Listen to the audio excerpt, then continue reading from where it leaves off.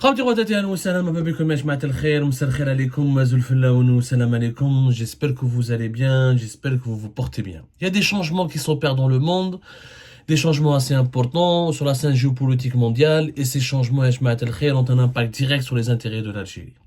Entre le Maroc et la France, il y avait pratiquement 3 années de crise qui ont commencé notamment en 2021 avec l'affaire Pegasus, où le Maroc a été gravement accusé d'avoir espionné des personnalités politiques importantes françaises avec un logiciel d'espionnage israélien, le fameux Pegasus, y compris Emmanuel Macron, le président français, était victime de cet espionnage et les relations se sont fortement détériorées. De 2021 jusqu'à 2023, le Maroc et la France étaient dans une guerre froide.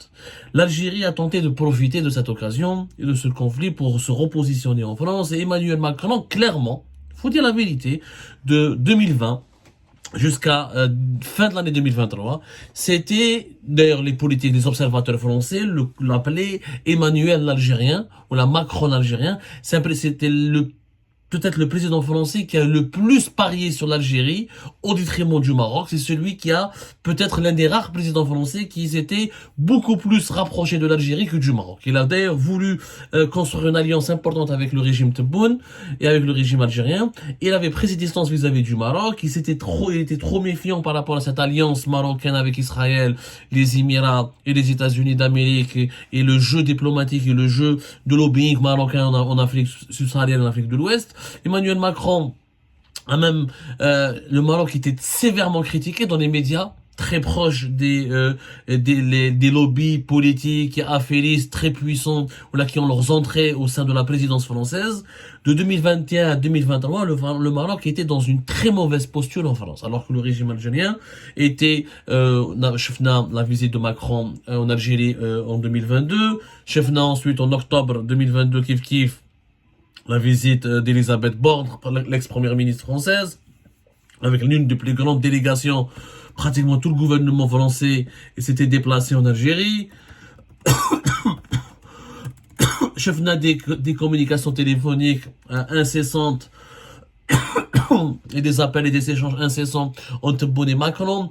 Chefna comment Macron et Tebboune avaient une certaine relation d'amitié particulière. Et puis Abdelmajid Tebboune qui était attendu en France, et cette visite n'a jamais pu avoir lieu. En clair, le régime algérien n'a jamais profité des tensions existantes, ou des tensions qui avait éloigné la France du Maroc, alors qu'il avait établi une stratégie intelligente au départ pour aggraver de les tensions entre l'Algérie et entre le Maroc et Paris.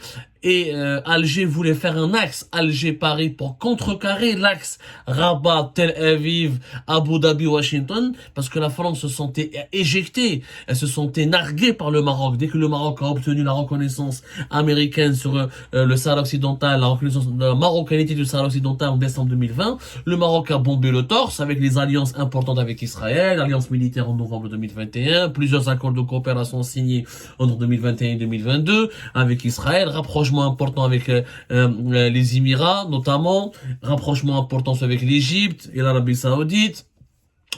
Et le Maroc, lors de la guerre en Ukraine, avait observé une neutralité étonnante pour un pays qui a été longtemps pro-occidental. On l'a considéré comme un élément du berceau, un élément un pays qui évoluait dans le giron de l'Occident. Il était très neutre par rapport à la Russie. Il avait même conservé de bonnes relations avec la Russie. Il y a eu même des visites d'officiels russes au Maroc.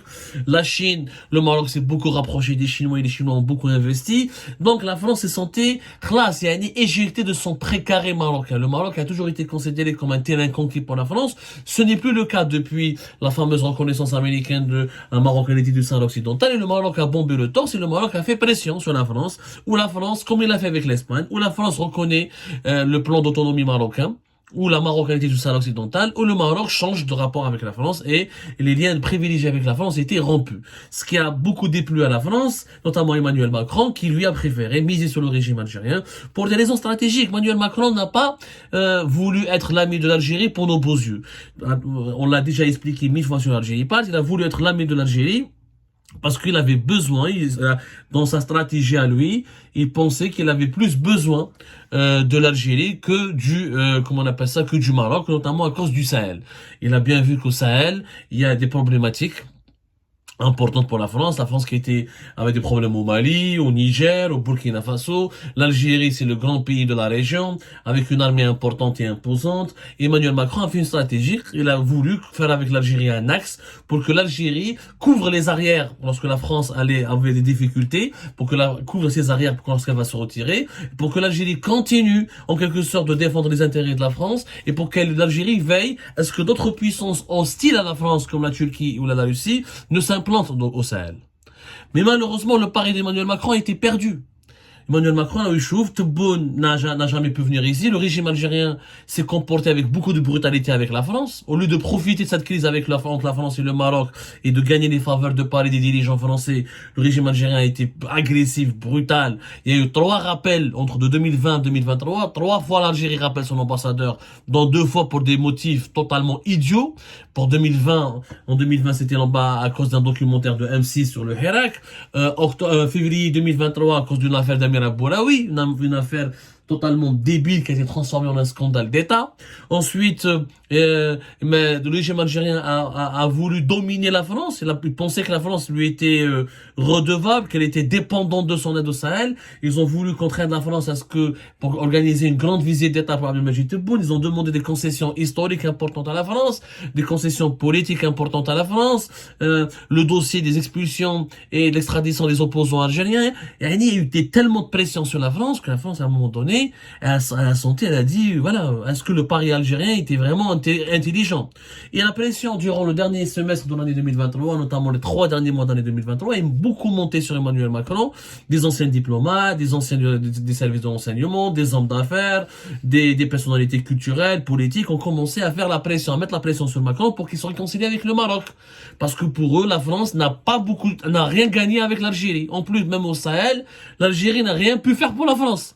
L'Algérie elle-même, elle s'est retrouvée éjectée du Sahel comme la France. Avec le Mali, fin de décembre 2023, nous avons été dans une situation de rupture pratiquement, rupture des relations.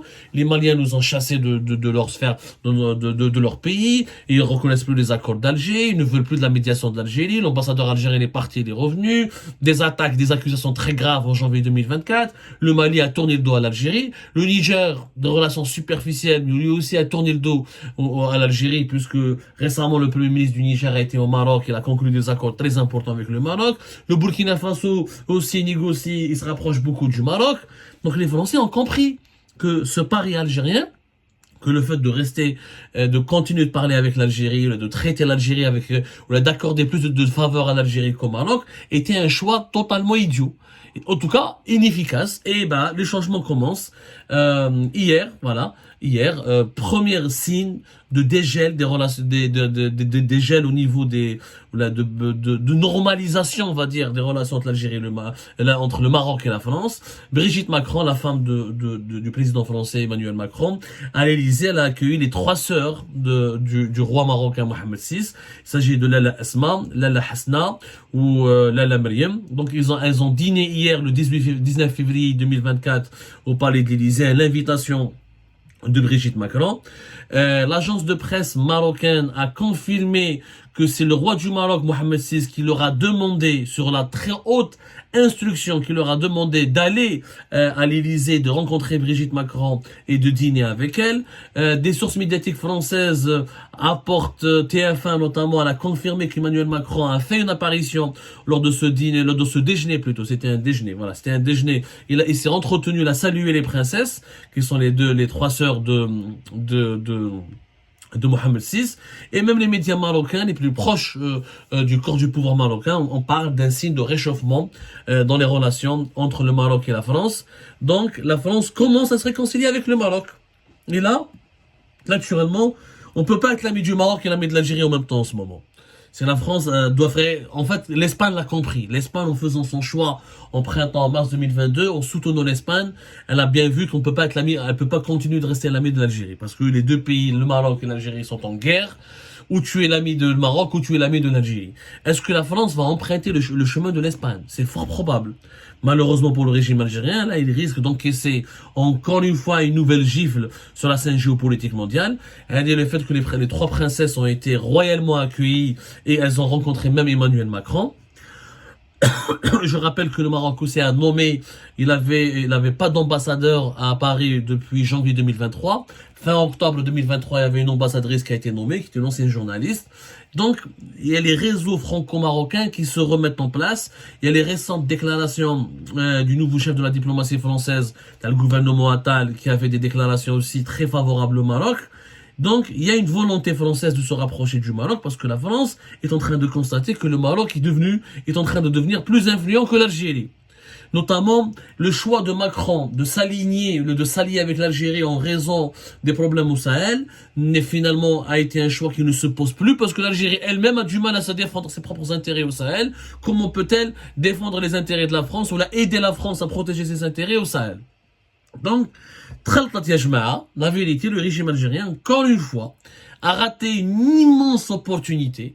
Et c'est le régime algérien, par ses bêtises, par ses maladresses, par son agressivité, par sa brutalité, par son efficacité, c'est lui qui est en train de pousser Emmanuel Macron, qui a poussé Emmanuel Macron et qui a donné raison aux personnes ou aux instances qui exerçaient des pressions sur Emmanuel Macron pour le contraindre s'allier ou là à se rapprocher ou là à revenir vers dans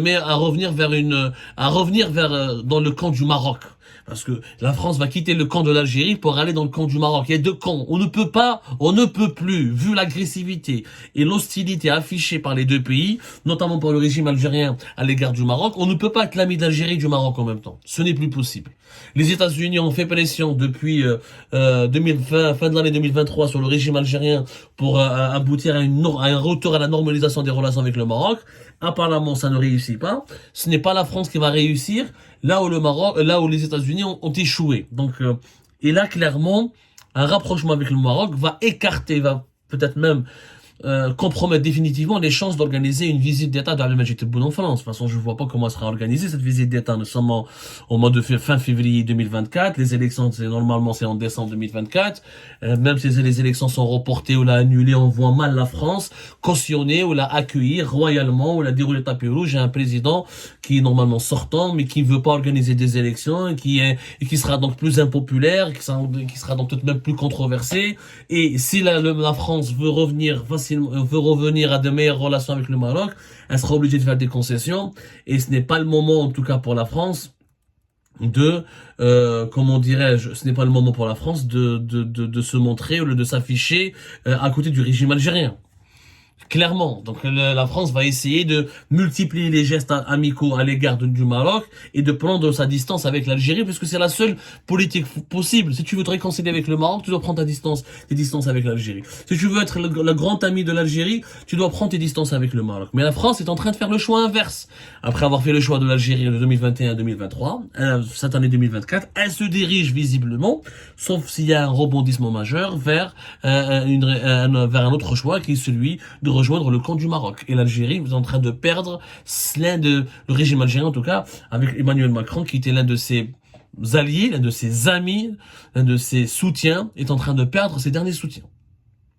Franchement, à l'exception de la France, était la dernière grande puissance universelle qui était plus ou moins un soutien du régime algérien. Avec la Russie, on s'entend plus. Le Mali, la Russie a tourné le dos à l'Algérie et elle est plus dans le camp des Émirats que dans le camp de l'Algérie. Les États-Unis d'Amérique ils essayent de réconcilier l'Algérie avec le Maroc et de ramener le régime algérien à la raison. Ils sont pas arrivés. La Chine, elle a pris ses distances et elle investit plus massivement en Algérie. Il y a plus d'investissements importants, alors qu'elle est en Égypte, au Congo, en Angola, au Nigeria, y compris au Maroc.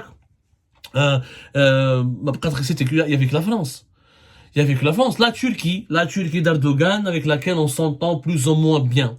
Oui, mais la France, si elle rejoint le camp du Maroc, ça va être une perte majeure pour le régime algérien, qui n'aura plus de soutien. C'est-à-dire, on va se retrouver encore plus isolé. Là, le Maroc va se renforcer encore davantage, va accentuer son lobbying, ses opérations de lobbying, ses manœuvres de lobbying en Afrique du Nord ou en Afrique subsaharienne. Là, le Maroc va être beaucoup plus renforcé. Surtout si, les Marocains, c'est ce qu'ils exigent, en tout cas, depuis 2021, ils exigent à la France des clarifications nettes et précises sur le statut du Sahara occidental. Il est possible qu'au cours de l'année 2024, que Emmanuel Macron doit faire un geste vis-à-vis du Maroc et de reconnaître une marocanité, ou là, de reconnaître en tout cas, comme l'Espagne, la légitimité du plan d'autonomie marocain. Ce qui sera une immense défaite pour l'Algérie, parce que l'Espagne n'est pas un membre permanent du Conseil de sécurité. Si la France reconnaît le plan d'autonomie marocain comme la seule solution, elle sera la deuxième puissance membre du Conseil de sécurité de l'ONU, après les États-Unis d'Amérique, qui reconnaît donc la suprématie du Maroc sur le dossier du Sahara occidental. Donc ça va être très compliqué. Pourquoi l'Algérie n'a pas pu profiter de la crise franco-marocaine? Parce que le régime algérien, comme il est brutal, il est médiocre, il est idiot. Maintenant, des investissements français vers l'Algérie. Les investissements français les plus importants dans la région sont toujours au Maroc. Le Maroc, c'est le deuxième partenaire commercial dans la région du Moyen-Orient, Afrique du Nord, de la France, et c'est le premier partenaire en Afrique, c'est le premier partenaire économique de l'Afrique, de la France. Mais je veux des investissements français. Mais on a ramené des acquis, mais on a ramené aucun compromis, on a gagné aucun intérêt important avec la France. Ni on a obtenu des avantages importants au niveau des visas, ou là au niveau des flux de voyageurs, ou là au niveau, ni on a fait des projets de coopération scientifique, ou la culturelle, ou là, on est resté dans le blabla. Parce que Abdelmajid Tebboune, tout ce qu'il voulait de la part de la France, il voulait venir à Paris, il voulait être reçu comme Kadhafi, comme un grand, il voulait faire le tour de Versailles, il voulait aller en Amboise, il voulait faire la grande mosquée de Paris, il voulait tourner dans les Champs-Élysées, il voulait être accueilli comme un roi, juste pour des ambitions électoralistes et pour des ambitions historiques, pour dire voilà, je suis le président algérien qui a été le mieux accueilli. Il a négocié que ça. Durant 3 ans, on ne parlait que de ça. Entre l'Algérie et la France, on parlait que de l'agenda de la visite de Tebboune à Paris. Que comment on devait accueillir Tebboune. Quels sont les accords que Tebboune devait conclure avec les Français à Paris. Là où ils pouvaient poser une photo. Là où ils pouvaient arracher des déclarations. Ouais, là où ils pouvaient faire un bain de foule. C'est tout juste. On voulait juste mettre en valeur le système de régime Tebboune voulait juste arracher à la France, la contraindre à lui accorder une mise en scène glorieuse et grandiose pour soigner l'ego de Abdelmajid Tebboune. Mais les intérêts de l'Algérie n'ont jamais été soigneusement bien défendus par les autorités algériennes auprès des autorités françaises. Conséquence, nous avons perdu 3 ans. Pour ne pas dire 4 ans, et ben la France, là, est en train de se remettre en cause et de se rapprocher avec le Maroc. Voilà. Résultat des courses, encore une fois, l'addition est très salée pour l'Algérie, qui risque de perdre encore une fois un soutien important et un ami important sur le plan géopolitique, qui pourrait rejoindre prochainement le camp du Maroc. Bravo qui, merci qui, vous avez la réponse, je pense.